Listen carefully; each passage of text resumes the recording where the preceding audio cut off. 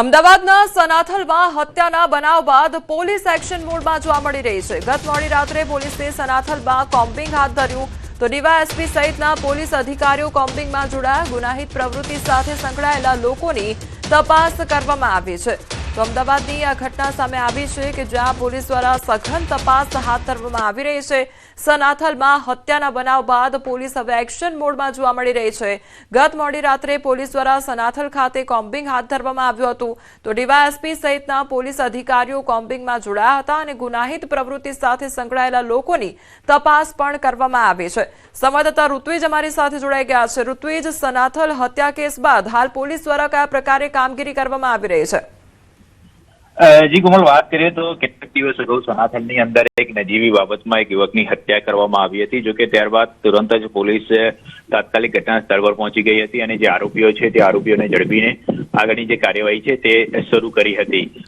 પરંતુ જે પરમ દિવસે એક રાત્રિના બનાવ બન્યો હતો, જે આરોપીની બે ગાડી અને એક રિક્ષા હતી તે તેના ઘરની નજીકની અંદર પાર્ક કરી રહી હતી અને આ ત્રણ વાહનો હતા તેમાં કોઈ અજાણ્યો શખ્સ છે તે આગ લગાડીને જતો રહ્યો હતો, જેને કારણે બાજુના મકાનની અંદર પણ આગ પ્રસરાઈ હતી અને ત્યારબાદ હવે પોલીસ દ્વારા આ સમગ્ર મામલે કડક કાર્યવાહી પણ કરવામાં આવી રહી છે। ગત મોડી રાતની વાત કરીએ તો ડીવાયએસપી, પોલીસ ઇન્સ્પેક્ટર સહિતના જે પોલીસ જવાનો છે તેમના દ્વારા આખા ગામની અંદર એક કોમ્બિંગ હાથ ધરવામાં આવ્યું હતું અને ગુનાહિત પ્રવૃત્તિઓ સાથે સંકળાયેલા જે પણ વ્યક્તિઓ છે તેઓની પણ પૂછપરછ કરવામાં આવી હતી અને તેમની ગતિવિધિઓ પર સતત નજર રાખવામાં આવી રહી છે।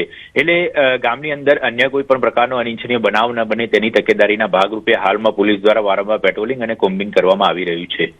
જે ઋત્વિજ, સમગ્ર માહિતી બદલ આપનો આભાર। ગોંડલના ભગવતપરામાં 20 મેની રાત્રે નિલેશભાઈ શેખની છરી અને લાકડીના ઘા મારી હત્યા કરવામાં આવી હતી। રાજકોટ હોસ્પિટલમાં સારવાર દરમિયાન તેમનું મોત નીપજતા પોલીસે ઝડપભેર કાર્યવાહી કરી બે આરોપીઓને ઝડપી પાડ્યા હતા તો આ આરોપીઓને ઘટનાસ્થળે રિકન્સ્ટ્રક્શન માટે લાવવામાં આવ્યા હતા।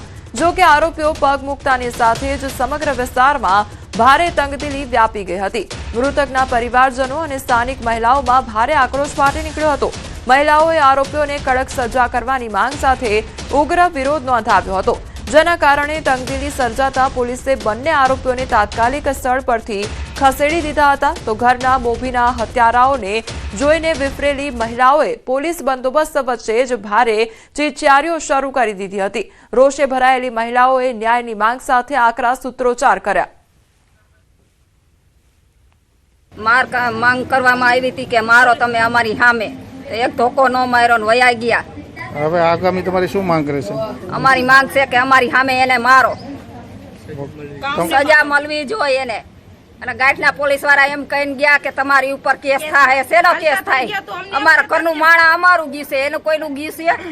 અત્યારે પોલીસ તેડીને આવ્યા તો અમને હું મોઢું દેખાડવા આવ્યા, અમને બે ધોકા મારી નજરે પોલીસે મારી નહીં, ઉપર જતા અમને ધમકી મારી કે તમારી ઉપર કેસ અમે વધારે લાગુ કરશું। એને 2 દી પહેલા મારી નાખવામાં આવ્યા છે। રાતે 3 વાગે કોઈને ખબર નહોતી, કોઈને જાણ નહોતી, મારી નાખવામાં આવ્યા છે। માર્યો છે, આ કોઈના બાપને માર્યો છે તો અમારે હક બને છે એટલો મારવાનો। એ લોકોએ અમારી સામે એક ધોકો ન માર્યો, અમને ન મારવા દીધા। અને બીજા નંબરમાં એના જે મોટા સાહેબ આવ્યા હતા એને એમ કીધું કે હવે તમે તમારી ઉપર કેસ કરશું અને તમારો કેસ હાવ બોધો કરી નાખશું, એમ કહીને ગયા છે અમને। અમારી માંગ એ છે કે એને ફાંસીની સજા જ આપો। ઓકે, આટલા બધા ખૂન કરીને પછી જાય તો એને ફાંસીની સજા જ થવી જોઈએ।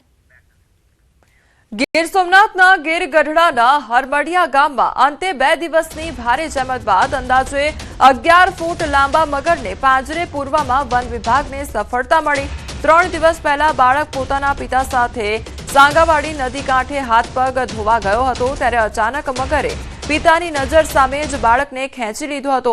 કલાકો સુધી ચાલેલી શોધખોળ બાદ બાળકને મગરના મોંમાંથી બહાર કાઢવામાં સફળતા મળી હતી। ઘટનાને પગલે વન વિભાગ દ્વારા છેલ્લા 2 દિવસથી નદી કાંઠે પાંજરા મૂકી રેસ્ક્યુ ઓપરેશન હાથ ધરવામાં આવ્યું હતું।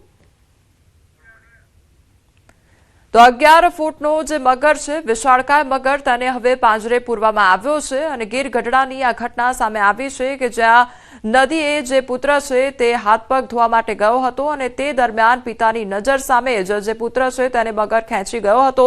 ત્યારબાદ રેસ્ક્યુ ઓપરેશન હાથ ધરવામાં આવ્યું હતું અને બાળકને બહાર કાઢવામાં સફળતા પ્રાપ્ત થઈ હતી, પરંતુ ત્યારબાદથી જ મગરને પકડવા માટે પાંજરું મૂકવામાં આવ્યું હતું। સાબરકાંઠામાં સ્ટેટ હાઈવે નજીક દીપડાના આટાફેરા જોવા મળ્યા છે. વિજયનગરના પાલ ચેકપોસ્ટ પાસે દીપડો જોવા મળ્યો. હાઈવે પર દીપડો દેખાતા વાહન ચાલકોમાં ભારે ફફડાટ ફેલાયો છે. રાત્રિ દરમિયાન અહીંથી હજારો વાહન ચાલકો પસાર થાય છે, તો વાહન ચાલકે વિડીયો ઉતારી સોશિયલ મીડિયામાં વાયરલ કર્યો છે. દીપડાનો વિડીયો વાયરલ થતા સ્થાનિકોમાં ભય ફેલાયો છે. દીપડાને પાંજરે પૂરવા સ્થાનિકોની વન વિભાગને માંગ કરવામાં આવી રહી છે. તો વિજયનગરના પાલ ચેકપોસ્ટ પાસે દીપડો દેખાયો હોય તે પ્રકારની ઘટના સામે આવી છે. તો વાહન ચાલકોમાં ભારે ફફડાટ પણ ફેલાયો હતો. દીપડાએ દેખા દેતા વાહન ચાલકો તેમજ સ્થાનિકોમાં ભયનો માહોલ સર્જાયો છે. તો વિડીયો વાયરલ થતા સ્થાનિકોમાં પણ ભયનો માહોલ સર્જાયો અને સ્ટેટ હાઈવે પર આ આટાફેરા દીપડાના જોવા મળ્યા છે. તો વન વિભાગને અપીલ પણ કરવામાં આવી છે. પાંજરે પૂરવા માટે અપીલ વન વિભાગને કરવામાં આવી રહી છે. તો સાબરકાંઠાની આ તસવીરો સામે આવી છે કે જ્યાં દીપડાની દહેશત જોવા મળી છે અને દીપડાએ દેખા દેતા વાહન ચાલકો તેમજ સ્થાનિકોમાં ભયનો માહોલ સર્જાયો છે. તો બીજી તરફ વન વિભાગને અપીલ પણ કરવામાં આવી છે. દીપડાને પાંજરે પૂરવા માટે વન વિભાગને જાણ કરવામાં આવી છે. તો સાબરકાંઠાની આ તસવીરો સામે આવી છે કે જ્યાં દીપડાએ દેખા દેતા હવે ગ્રામજનો તેમજ વાહન ચાલકોમાં ભયનો માહોલ સર્જાઈ ગયો છે. તો વિજયનગરના પાલ ચેકપોસ્ટ પાસેની આ ઘટના સામે આવી છે કે જ્યાં દીપડો જોવા મળ્યો છે. દીપડાના આટાફેરા જોવા મળ્યા છે. સ્ટેટ હાઈવે નજીકની આ ઘટના કે જ્યાં દીપડાની દહેશત જોવા મળી છે, જેના કારણે વાહન ચાલકો તેમજ સ્થાનિકોમાં ફફડાટ છે. અમદાવાદમાં શાળાઓ શરૂ થતા જ વાલીઓની કમર તૂટશે. નવા શૈક્ષણિક સત્રથી સ્કૂલ વાન રિક્ષાના ભાડામાં ભાવ વધારો થવાની શક્યતા છે. તો ઈંધણ અને સીએનજીમાં ભાવ વધારા બાદ હવે વાલીઓને વધુ એક ઝટકો પડશે. સીએનજીના ભાવમાં વધારો થતા સ્કૂલ વર્ધી એસોસિએશન ભાવ વધારો કરવાની તરફેણમાં છે. તો જૂન મહિનાની શરૂઆતમાં અમદાવાદ સ્કૂલ વર્ધી એસોસિએશનની બેઠકમાં ભાવ વધારા અંગે નિર્ણય લેવામાં આવશે. સ્કૂલ વર્ધી એસોસિએશને 2024માં ભાડામાં વધારો કર્યો હતો. તો 2024ની સરખામણીએ સીએનજીમાં પ્રતિ કિલો 10 રૂપિયા વધ્યા છે. સીએનજીના ભાવમાં વધારો થતા ભાવે સ્કૂલ વર્ધી ચલાવવી મુશ્કેલ બની છે. ત્યારે હાલ સ્કૂલ વાનનું ભાડું મહિને 1200 રૂપિયા છે. તો સ્કૂલ રિક્ષામાં ઓછામાં ઓછું 750 રૂપિયા ભાડું છે.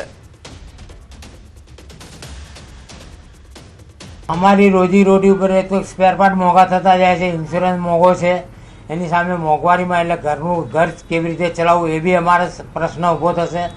જ્યારે અમે છેલ્લું ભાડું વધાર્યું એ પછી અમારે 10 રૂપિયા ભાવ વધારો થયેલો છે તે હાલમાં સીએનજીમાં.